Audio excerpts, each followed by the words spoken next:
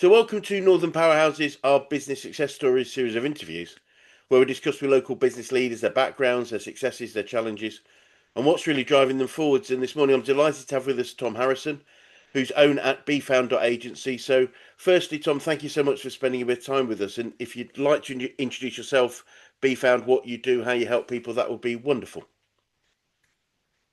Morning, Chris. Thank you for having me.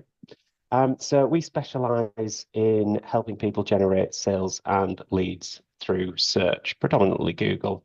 Yep. So this comes in the form of lead generation, helping people drive intent traffic to their websites to generate qualified leads, through e-commerce to help increase sales, and with SaaS, so, software as a service products, to help drive subscriptions, free demos, that sort of thing. And we're naturally progressing into AI. So we've been testing products for quite a while as we notice user behavior changes from searching things to prompting AI. Wonderful. I'd like to pick you up on that because obviously, I would suggest everyone understand, knows about AI but I find many people know it's there, but don't know how it can help them, what it can do, what sort of things, even for a Yeah, I SME would small business. suggest if you're not using, yeah, I think first of all you have to have a play with AI and get used to what it does and how it can help you in a um at home. Like even just uh asking it what you'd make out of the ingredients in your fridge, and start getting these conversations going and understand how and why it's better than Google search for a lot of complex queries because you can Yes, have a conversation with it, and it can speed up a lot of processes. brilliant. Yeah, no, great point. Let's start at home and then work into things like business, etc. Because as you say, what a great example. I got this stuff in the Yeah. fridge. What can I make? Never thought of that. That's brilliant. I'll write that one down later. Thank you so much. It's Um, really good for that. It's really good for yeah. that. Hello, yeah, no, I mean, I've never thought of that. And it's just like brilliant, yeah, yeah, absolutely. And it's just like, yeah, I've only got these things. What can I do with them? Wonderful.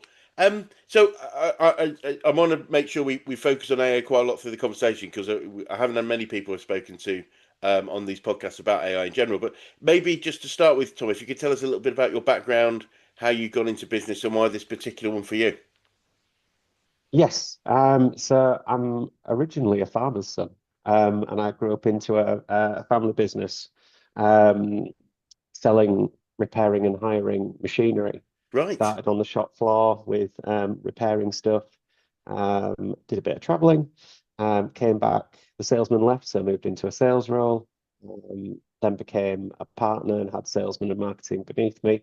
And then the financial crisis hit, Yeah. and we were sales, hire, everything just dropped off, and we Right. had to look at some ways of maintaining cash flow. So look at the balance sheet and see what we've got. And we had a lot of, well, hundreds of thousands of pounds worth of spare parts on the shelves at three depots. Um, and we decided to monetize that by setting up a website to sell it to people repairing their own machines, as we noticed they'd been doing that. So Yes. set up the website, did all the Google ads, did all the SEO, and really enjoyed it. And I've never really looked back. Um, so I've got a good experience from the from what is now a client side of how to build an online business. Brilliant. Yeah, what a great example of sort of necessity creating, well, is it necessity is the mother of all invention? I think the phrase is, or I think so. Yeah, yeah. it's a great example of that. And so I mean, growing up, is this where you predicted you'd be, or did you expect to be staying on the farm for most of your Um, life? Farming's a very interesting industry. I love Yes. working with the animals. Yep. I didn't like working in with tractors and in the fields. And it's unfortunately one of the only industries I've ever come across where you can't affect your costs, you can't affect what you sell stuff at, and you just have to try and make money in the middle. And it's incredibly hard. Yes.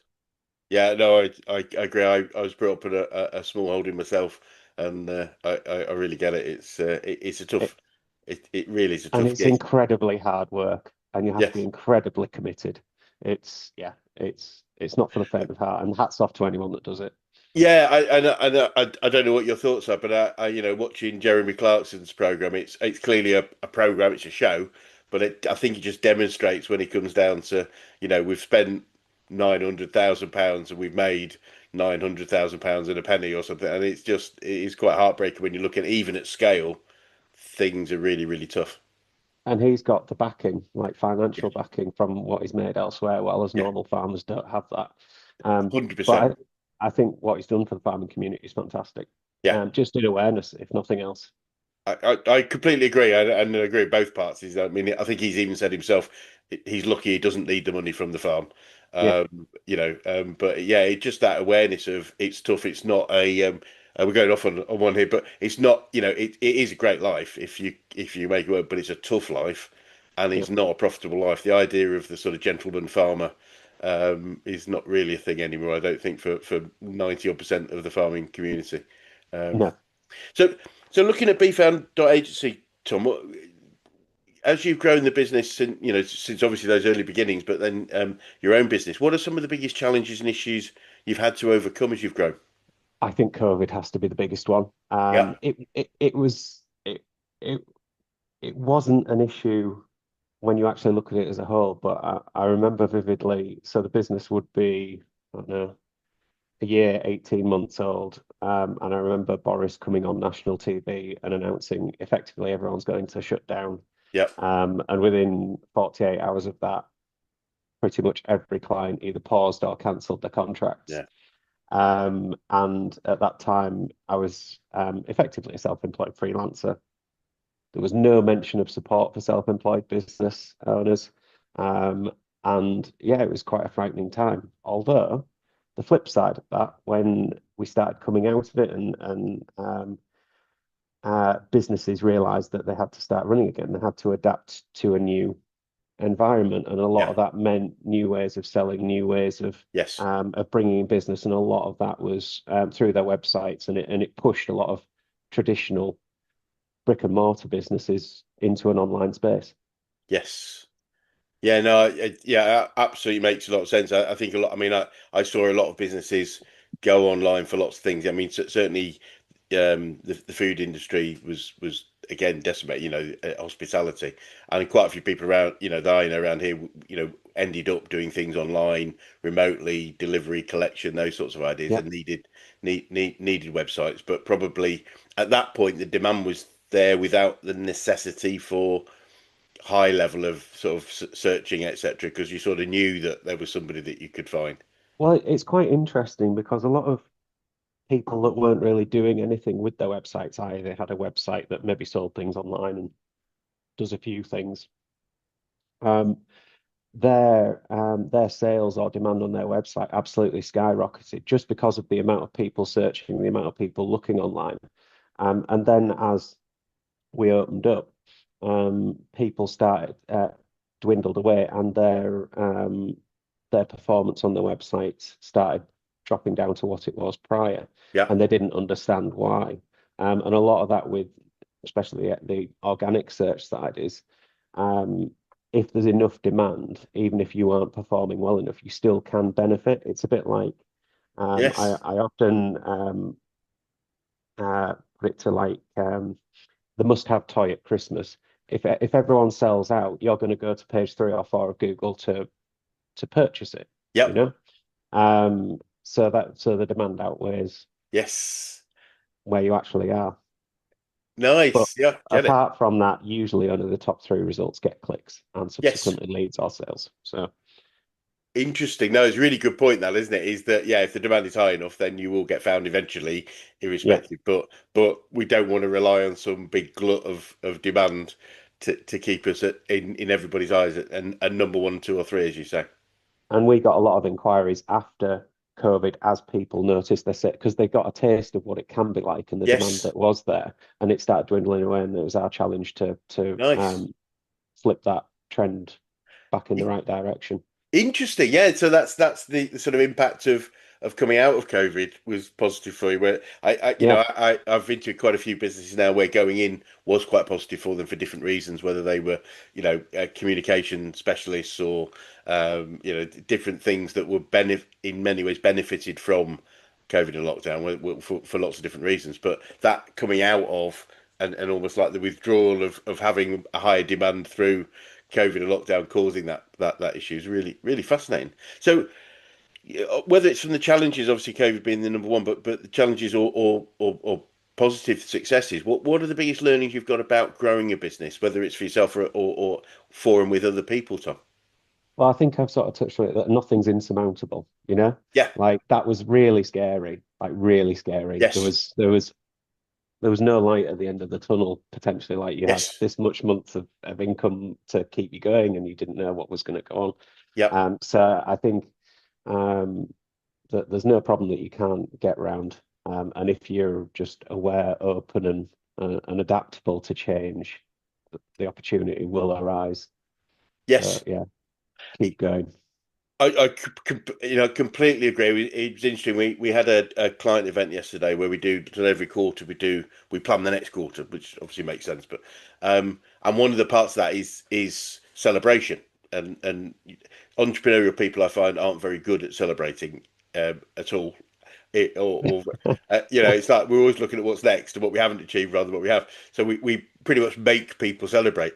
And even there was one or two businesses there that was struggling a little bit with various things. Just being here and getting through is a celebration, in my opinion. And Yeah, and I think COVID was a great example. Getting through recessions is another great example of it, as you achieved with your farming business is, getting through and surviving sometimes is the win. yeah. Bit of good Um, old-fashioned British grit and determination. Absolutely, Yeah, 100%. Just keep going. I love the what was it? The Finding Nemo. I think Dory's just keep swimming. I think yeah, that's yeah. that's one of. We go back. Actually, interesting. Go back to your point about adaptation and change. It is one of the quotes I picked up as we went into COVID, and I think I explained to you before we started that one of the reasons we started these webinars was these podcasts was to help people find a way through COVID and lockdown as we went into it. But there was a great quote I found from Charles Darwin. So we're going back a couple of hundred years to his book, The Origin of Species, about evolution, and it paraphrasing it, it's something like it's not the strongest or the most intelligent of the species that survive, but the ones that are most adaptable to change. Yeah, yeah. It's something about intelligence is the ability to change. Or yeah, I've read that Yes, as yeah, well. great, Yeah, yeah, yeah. yeah, I yeah, guess yeah, the two come together, but yeah, and it's fascinating, is it? And that's the point. Is even very capable, clever people would just hit in a block of what the hell do I do now? Because the size of the problem was so big. It for many people, understandably so, and I think for us for a period, it was it was just petrifying. I think is the word because that's where we stand still yeah. and we don't move. So so let's talk about business growth in general. Obviously, you've got your learnings, and we touched on AI earlier. What are hmm some of the key features do you think, looking forward, that AI can really help businesses from of any size grow effectively? I think you need to embrace it. So it's good at a lot of things. It's not so good at some things, but where it really excels is answering complex queries because you can then question it further. Yes, And where it can help you, um, if you've got processes in your business, like for instance, when we're creating content, we use AI and a specifically trained AI to help us research places to look for references, for how to structure an article to rank for a certain keyword, and that can be um, uh, that can be where ranking content is missing out on other things. And yes. we've trained it over a period of months to be able to do that. And just that in itself to help us brief a copywriter probably saves us about 45 minutes every time we create a piece of content. Wow, wow, that must be So quite it's significant. Yeah, yeah, yeah. So if you can find ways like that, then yeah, it's brilliant. exceptional. I mean, you're clearly more knowledgeable than I about it, but from what I've learned so far, it's a great enabling tool to improve efficiency of Yeah, great people doing great things, and the whole conversation around replacing humans is a different conversation, but helping it humans is. be Yeah, more effective and efficient, saving time, helping them spend time doing other things that are probably more valuable, important than the base level of things is just an incredible opportunity. I think the best way you've got to look at it is another team member, a collaborator, Yes. not a shortcut. And if you look at it like that, um, because yeah, I mean, it just makes everything faster. Yeah, I I likened it a while ago, rightly or wrongly, and I said it's like having a really enthusiastic It does have person, enthusiasm. Yeah, and really that'll go and do. You go, can you go and do this? And they go, yeah, yeah, absolutely. And they come back and say, I've done it. And you go, yeah, that's great. Could you just add a little bit more this, that, or the other, humor yeah, or research detail? And they don't go. yeah. They go, yeah, that's a great idea. Yeah, absolutely. It's not. Well, I've already done it, and do I have to? It's just like, yeah, I'll do that again, and it's sort of, and it's all about. I mean, I do take quite a lot of positivity from working with AI because it's like, yeah, great idea, and you just go, Yeah, yeah, okay, thank you very much. It's like, I don't have to explain all the reasons why it's a good idea. Let's just go on and do it. So, I would urge anybody that's not at least used it at that level to engage, and yeah, it's quite helpful person. And I'm not in any way is suggesting any employees, including my own, are unhelpful at any point in the future. But we all have challenges. We'll have yeah, different things going on in our lives, and sometimes we can be not quite the most helpful people in the world. And in general, AI isn't that. So wonderful. yeah. But the way people are using it with stuff like that will influence decisions. Yes. And it will influence who they contact for anything or where they buy from. And there's some quite large bodies in the search engine space that expect AI search traffic to flip normal search traffic within the next 3 years, I, which is incredible. Like we're talking incredible numbers. I think yes. there's about 5 billion active Google users, so Yes. it's massive numbers. Yes, I have read that myself, and unsurprisingly, and it in itself creates a massive opportunity for Yeah, people that perhaps move with that time sooner rather than later and become really present on AI, whatever we call AI searching, whatever the right term is, but it's being noticeable by the AI tools, I well, think. it's quite it's been called like a zero click traffic, and a lot of because people aren't going to websites to find information, and there's a lot of concern, especially in content creation websites, that their traffic's going to go down. Yes, And it was quite scary, but you just have to be adaptable. Like yes, you have to work with this technology, not work against it, because there's only going to be one winner there. yes, So if you can help businesses be found through AI, yep, they're going to be able to get a leg up on the competition that's trying to get just Google search. yes. I, and I often, working with clients that I do, I often, when we come across these challenges, if it's an industry-wide challenge, the great thing about it is everyone's got the same challenge. So if we can be the early adopters of the change, the successful changes, then we can, a challenge can actually be a massive opportunity. Yeah, It's only if it's a personal challenge, business wise or individual wise, that maybe it's more directly an issue. But if it's an industry wide challenge, brilliant. Let's fix it and solve it, and let's be at the forefront of it. yeah, yeah, And I guess that's what you're helping people with in terms of yeah. what you're doing at the moment. So that's really wonderful.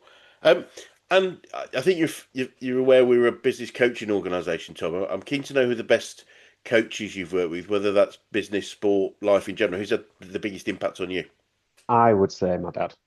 So Cool. from basics of doing things the right way, and taking the time to do them the right way, and the benefits that you get from that, not just in the satisfaction of doing it, but the positive outcome that you get. And a lot of what he's taught me has not only been good in personal life, but in business, in sport, everything. Like you can apply what he's taught me to, yeah, all facets of life. So he's been an incredible influence.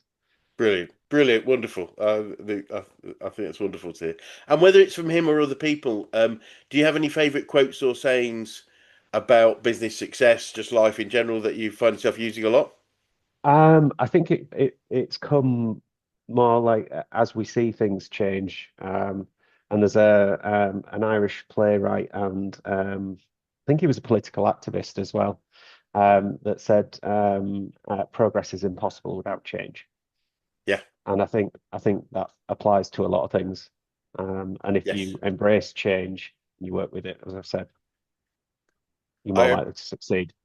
Great, a great quote, and as you said, we've already highlighted a couple of key examples, COVID and AI, where we can choose to be fearful, or we can choose to embrace and understand and change, and improve our success. Brilliant, and similarly, any favourite books or podcasts about business or success that you can recommend? There is a book that was written by a previous uh, All Blacks captain, and I can't remember his name. And he uses his experience as a professional rugby player and captain of a national team, and the dedication and commitment and discipline, and then how he's used those skills to perform well in business. Right. And I'll have to send you the I can't remember his name, but it's a Thank you. fantastic book. Please don't, yeah, please don't worry. If you do, I'd be really Yeah, grateful, and I'll ask the team to add it into the commentary and on the when we publish the podcast. Really be fascinated for that one. I mean, alongside that, I'd suggest. I guess you probably read the book Legacy, which is a study of the All Blacks in terms of how they changed their philosophy, yeah. early 2000s from I always laugh. They always sort of, oh, our culture's ruined, and it just, we're not winning anymore, and what not winning anymore, I think was two back-to-back losses to the Springboks, and that was about it. I mean, they will still have a. I love.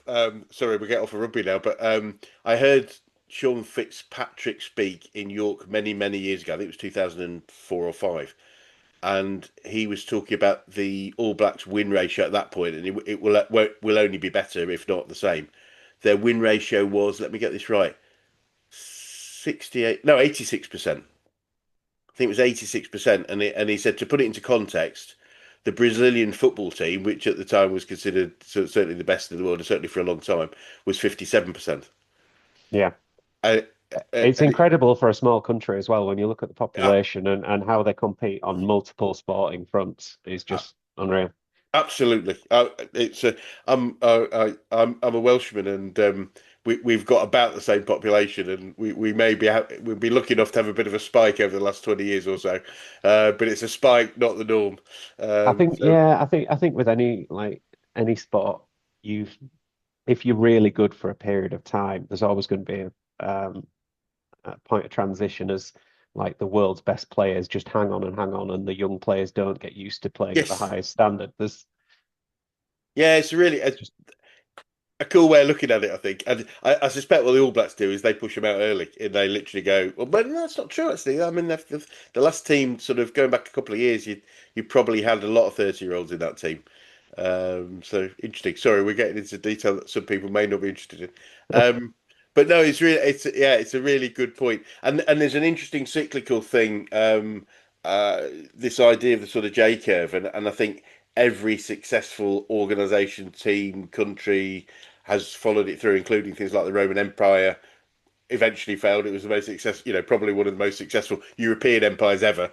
Ultimately you could failed. probably apply it to business as well. Like 100%. as people get towards retirement, they probably don't take the same risks. They're probably not interested. They're probably like looking at the immediate future, and Yes. people coming through are then there to they've been held back a bit. And Yeah, it was explained to me, and it's really interesting. It's relevant, and things like the Beatles.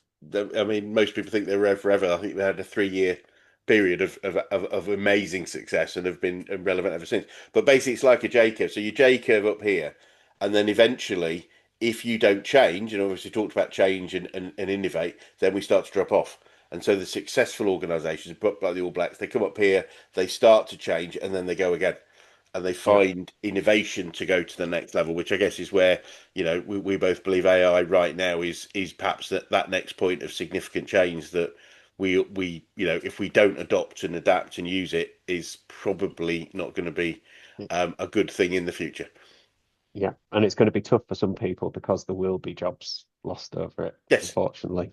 It yeah. will be tough. It will create a lot of jobs, but it is going to, yeah, be tough. Well, I guess you're familiar with a guy called Gary Vaynerchuk, who's a big social media figure in the States. I think he's got about 50 million followers, and we had him as one of our speakers at our national conference in April. And one thing he said, I've he's a cool guy, and he said, look, I made lots of predictions. Most of them have come true. But he said, look, I can really see at some point in the future that people will have a job going for a walk with somebody. Yeah, yeah, And it's that human thing. The thing that AI can't give us is that human connection, that human experience, that human social action, and a lot more human based jobs might arise for people that go, well, everything's done for me automatically, but I just want to talk to somebody. yeah, yeah. And there's a lot of investment in sport and recreation at the minute because they think that even like people Yes, have more time, so they'll spend more doing what they like. yes. I think I guess the fear of it is that it just increases that sort of wealth divide of there's lots of people unemployed with no money and nothing to do. But if we get it right, then it can be everybody benefits, everybody has more leisure time and can enjoy it effectively and fruitfully. Hopefully. Yes. Yeah, let's Yeah. we'll see. Who knows? Yeah. I guess we could ask AI that, see what it tells us. Um, so Tom, I'm really keen to know what you've learned about yourself throughout your journey so far. Um, ooh, I'm quite resilient, and I'm probably I think moving from farming to repairing things to selling Yeah. to digital, that you can probably learn anything if you put your mind to it, and you can be successful in anything. So, but Brilliant. I would suggest that people try and specialize. We are a search engine and AI optimization company. There are a lot of full service agencies out there. You Yep. cannot be an expert in it. Like just SEO and ads is an incredibly large niche, and you Yes. can't be an expert in everything. Yep. So yeah, if you focus on something, it becomes easier to collaborate with other businesses, Yep. and you get much better at what you do. Yeah, couldn't agree more. And I think it's that willingness to collaborate rather than compete that's really key. Yeah, And the truth, my truth is I never ever met, and I've met a lot of businesses over my time. I've never met two businesses that directly compete exactly in the same way with the same client base. There's almost always, even if another company with exactly the same sort of brand or strapline as you'd find ways to collaborate if you chose to. And it's that openness to do so, I think, that's really, really important and a factor of a successful business in general. yeah, So I always ask everyone I meet that owns a business, Tom. One of our definitions in Action Coach of a true business is a commercial profitable enterprise that works without its owner. yes. Thoughts? What are your thoughts on that? It's easier said than done. I think there's a lot of like we're now.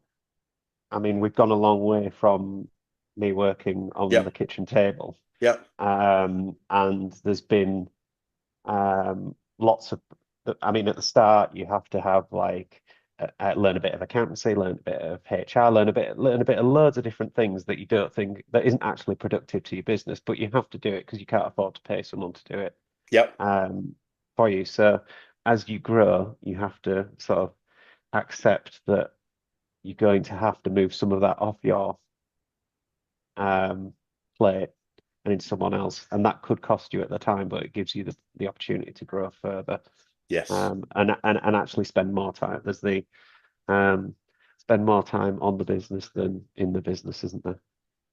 you know? Absolutely. It's a step by step process. For those people that want to achieve it, not everyone does, and it's not absolutely right for everyone. But but actually, one of the things we found, and I think it makes sense, is is mathematically and financially true, is that businesses that are proven to be more independent of its owners are more valuable, in general. Yeah.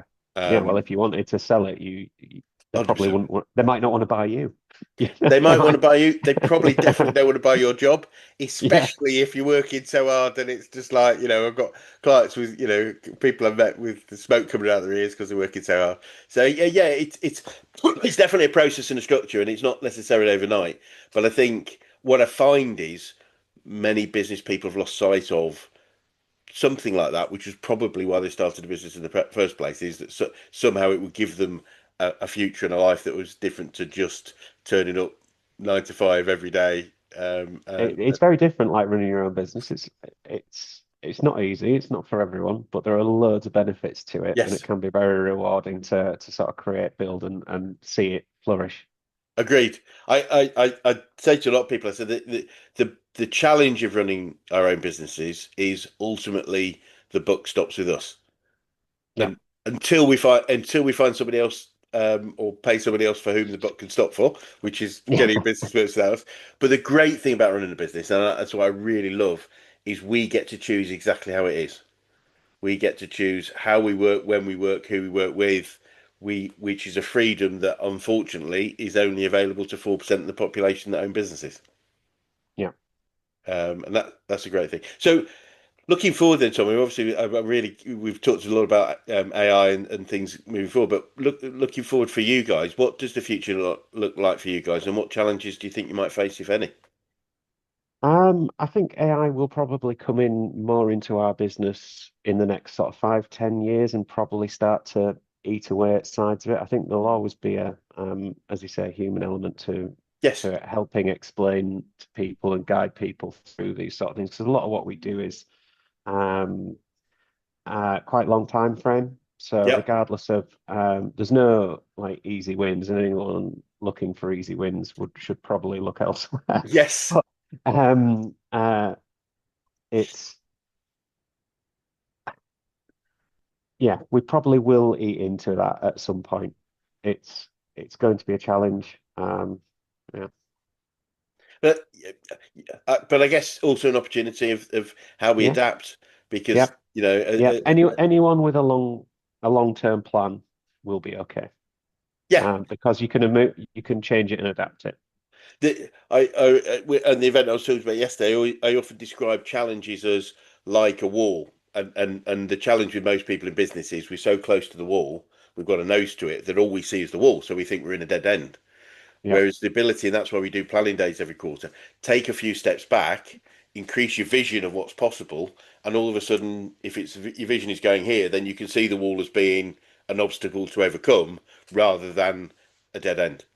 yeah. Uh, uh, And if you use the wall analogy, a lot of businesses don't really understand the scale that's achievable online because they haven't done it properly, or they've tried to do it themselves, or and they're probably blinkered by that wall.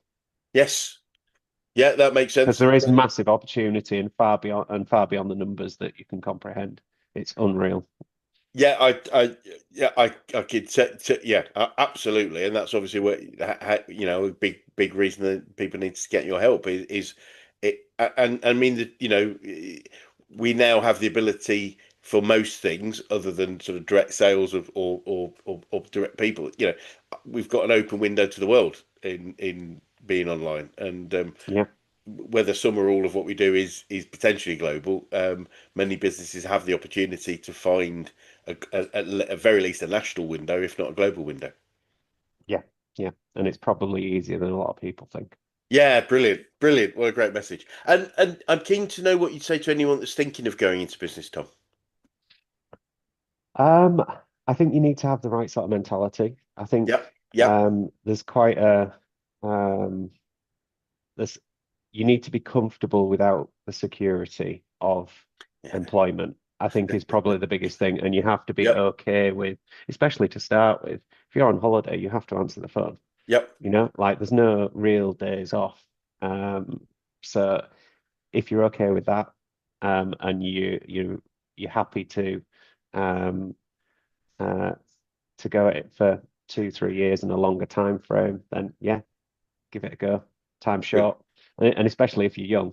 If you fail, you can always start again. Like Yes. it's not the end of the world. Absolutely. And I think that's the key thing. And it's quite a difficult mindset to get to, but it is just a game. Yeah, It yeah, and it as I say, it doesn't feel like that a lot of the time, especially when things go really, can go quite badly wrong. But it's just a game, and it's a game of business, game of life.